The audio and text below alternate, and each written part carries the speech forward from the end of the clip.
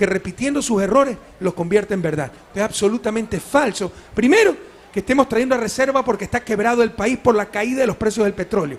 Ya vamos a desmontar esa mentira. Hay que traer cualquier dólar que necesariamente esté fuera del país porque es ineficiencia. ¿Ya? Y se requiere para el desarrollo del país. Y segundo, es una mentira monstruosa que las reservas se puedan utilizar para gasto corriente. Las reservas se utilizan para inversión que tiene una retribución, un retorno financiero, y con eso se devuelve la reserva. Porque las reservas son de alguien, son depósitos del sector público, gobiernos seccionales, etc. Hay que devolverlas. Pero lo que no pueden es estar afuera, tienen que estar trabajando para el bien del país. Y ahora veamos, en el mismo sentido, la impresionante por lo mediocre, el impresionante análisis que hace Diario El Comercio sobre el momento económico que vive el país, lo cual constituye una verdadera antología de la contradicción, como veremos. Adelante, por favor.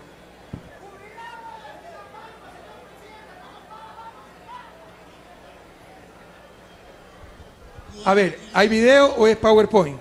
¿Ah? A ver, ponme el inicio entonces para leer. Sí.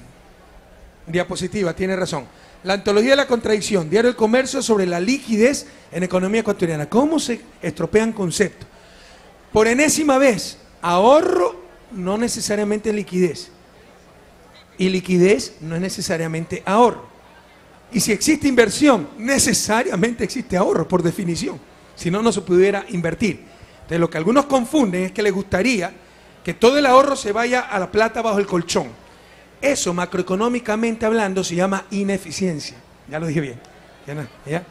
Porque uno de los puntales de la economía y de la macroeconomía es la fluidez, rapidez, ausencia de costo con que el ahorro se convierte en inversión. Si no, los países no pudieran progresar. Si en vez de ahorrar para invertir, ahorro para tener plata bajo el colchón. Pero eso es lo que algunos quieren. Ah, no, para época de vaca flaca ya veremos medidas más inteligentes para obtener liquidez en periodos de emergencia. Adelante. Entonces, semanas antes, ¿qué decía el celebérrimo Diario El Comercio? Por ejemplo, lunes 28 de mayo de 2012. Con la liquidez llegó el sobreendeudamiento. Hace apenas un mes, poco más de un mes. Este sobreendeudamiento se ve a que existe mucha liquidez, sobreendeudamiento de familias se refería, lo que produce que los bancos puedan tener mayor capacidad crediticia. Además, es consecuencia de un desorden fiscal del Estado, o sea, que las familias se sobreendeuden es consecuencia, es irresponsabilidad, es culpa del Estado. Imagínense el paternalismo, es decir, tener plata en el bolsillo gracias a un buen manejo de la economía es malo, porque algunos utilizan mal la plata en el bolsillo, absurdo. Tener plata en el bolsillo es bueno, lo que hay que hacer es saber utilizarla, si estamos claros. Pero eso era el 28 de mayo.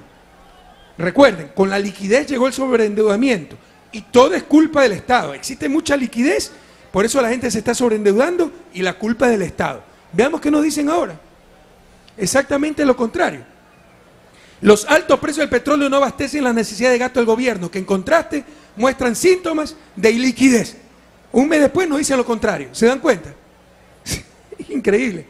De ahí que el gobierno, entonces el barril de $87, el precio, no sacia al Estado. Dicen exactamente lo contrario que decían hace un mes y argumentan. De ahí que el gobierno ha contado con ingresos petroleros extras por lo menos de 1.400 millones en el primer semestre, considerando que por cada dólar de aumento en el barril de petróleo ingresan unos 70 millones más al fisco. Pese a estos excedentes, el régimen ha optado por las mismas medidas que tomó en el 2009. ¿Qué error técnico que cometen aquí? Este análisis que hacen se refiere a política fiscal. ¿Cuál es la política fiscal? La que tiene que ver con ingresos y egresos del Estado, por ejemplo, impuestos, etcétera. La que sirve para financiar el presupuesto del Estado, ¿sí estamos claros? Las medidas que ha tomado el gobierno son de política comercial, no fiscal, para equilibrar el sector externo, incluso para motivos de salud, de ambiente, pero también para equilibrar el sector externo. Por ejemplo, restricción para importaciones de celulares, para importaciones de vehículos, no es política fiscal, por el amor de Dios. Fiscalistamente nos convendría que se importe más, porque a más importaciones se paga más aranceles, más IVA. pero salen más dólares de la economía. En consecuencia es política comercial para equilibrar el sector externo. Y este análisis es tan burdo que confunde la parte fiscal con la parte comercial. ¿Me expliqué adecuadamente o no? Las medidas que ha tomado el gobierno tienen que ver con política comercial. Y aquí hacen un análisis de política fiscal y dicen, pese a que el petróleo esté en $87, toma las mismas medidas que en el 2009. Por supuesto, son medidas de política comercial, no política fiscal. Y por si acaso, así esté el precio del petróleo $8 o $800, no es bueno para un país que las divisas se gasten en cuestiones suntuarias, celulares de lujo, carros de lujo, etc. Pero eso se llama política comercial, no política fiscal. ¿Estamos claros? Sigamos. Otra barbaridad, en este mismo sentido. Pese a estos excedentes, el régimen ha optado por las mismas medidas que tomó en el 2009 para enfrentar la crisis mundial, es decir, restringir las importaciones y repatriar recursos del Banco Central. Ya les digo, restringir importaciones, mis queridos amigos, panas del diario El Comercio, es política comercial, no política fiscal. Y repatriar recursos del Banco Central y la banca privada, así tengamos superávit comercial, superávit presupuestario, es siempre necesario. La eficiencia es un concepto transversal, objetivo, lo que llamamos en economía y en ciencias sociales, en ciencia en general, un juicio positivo, un positivista. Todo el mundo va a estar de acuerdo con la eficiencia. ¿Quién va a estar en desacuerdo con la eficiencia? ¿Sí? Otra cosa son los juicios de valor, que se necesita más sector privado, más sector público, puede haber discusión. Pero independientemente si hay más sector privado o más sector público, todos deben ser eficientes. Es un criterio objetivo, si estamos claros. Tener dólares innecesariamente en el extranjero es ineficiencia social y económica.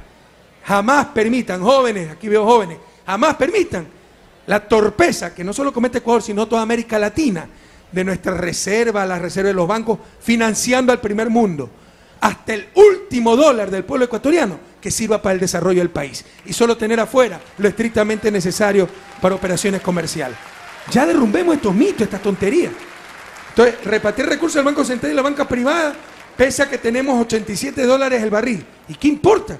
Sean $8.700, o sea, $8,7, no hay que tener un solo centavo innecesariamente fuera del país. ¿Estamos claros? Es un criterio positivo, objetivo, de eficiencia. Sigamos. ¿Qué medidas hemos tomado para el sector externo? El Gobierno Nacional ha adoptado medidas como la restricción a ciertas importaciones para controlar desbalance del sector externo. No son medidas para el sector fiscal. Y ustedes dirán, pero es culpa de ustedes desbalance del sector externo. No, señores, hablemos clarito. Es culpa de la dolarización, de un tipo de cambio fijo extremo. Y vendrá otro genio. No, pero tenemos superávit, claro, con petróleo.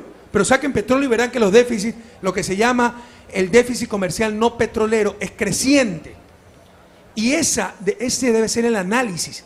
En una economía como la ecuatoriana, con tanta influencia del petróleo, es un ejercicio técnico elemental separar sector petrolero del no petrolero, porque este último es el que responde a las políticas económicas, el que genera empleo, etc. Y resulta que tenemos un déficit no petrolero cada vez más creciente. Culpa del gobierno por excesivo gasto. Claro, si ustedes no tuvieran salario, no compraran alimentos, no sube el precio de los alimentos, pero se mueren de hambre, ¿verdad? El remedio es más caro que la enfermedad. Lo que deben es tener ingresos para comprar alimentos y controlar que no sube el precio de los alimentos. Eso es lo que estamos haciendo, compañeros. Que haya liquidez es bueno, que esté dinámica la economía es bueno. Lo que no es bueno es que se esté gastando en tonterías en el sector externo y nos crezca el déficit comercial no petrolero. Y por eso hemos tomado medidas comerciales, no fiscales. Qué confusión técnica. Esto es algo tan básico que me sorprende que se cometan estos errores. Les insisto, como lo hice el último sábado, con todo gusto para darles unos seminarios de análisis económico y que no se hablen tantas inconsecuencias, por favor. Y sigue el análisis citando a supuestos analistas, ¿no? Pero miren cómo se maltrata la información. Acosta Burneo, un analista, advierte que con la caída de los precios del petróleo en los últimos meses se creó un bache que impide al Estado continuar con el alto nivel de inversión para impulsar el crecimiento de la economía. Al menos reconoce que el alto nivel de inversión impulsa la economía, porque hay algunos que hasta eso niegan, ¿no? Que es malo invertir, una barbaridad, que se reconoce que es bueno invertir. Lo que está diciendo es que por la caída de los precios del petróleo no vamos a poder realizar el nivel de inversión programado. Señores, hasta ahora no se requiere ningún recorte en el nivel de inversiones. Y por si acaso, el petróleo estaba presupuestado en $79 el barril. Creo que un día estuvo más abajo de eso. Siempre ha estado por arriba de los 80 porque nuestro petróleo se está vendiendo con precio. E incluso empezó a caer levemente, porque se recuperó ya de la caída, en mayo. Y sepan ustedes que esos precios los recibimos 30 días después. Es decir, recién ahorita nos están pagando con el precio de hace un mes cuando empezó a caer el petróleo. Recién ahorita, suponiendo que se necesitara recortar las inversiones, se empezarían a recortar las inversiones del país. Pero de acuerdo al analista, la caída de los precios del petróleo en los últimos meses creó un bache que impide al Estado continuar con el alto nivel de inversión. Absolutamente errado. No hay bache, y les insisto, si lo hubiera, recién lo empezaríamos a sentir, porque se paga, nosotros vendemos el petróleo y nos pagan 30 días después. Entonces empezó a caer en mayo levemente, recién estamos recibiendo esos bajos precios. Pero de acuerdo al analista, ya hace meses que estamos con bajos precios y por eso hay que recortar el plan de inversión. Se habla cualquier cosa en este país. Sigamos con este reportaje que es para cátedra, no para libro de texto, lo que no se debe hacer en análisis económico y en el buen periodismo.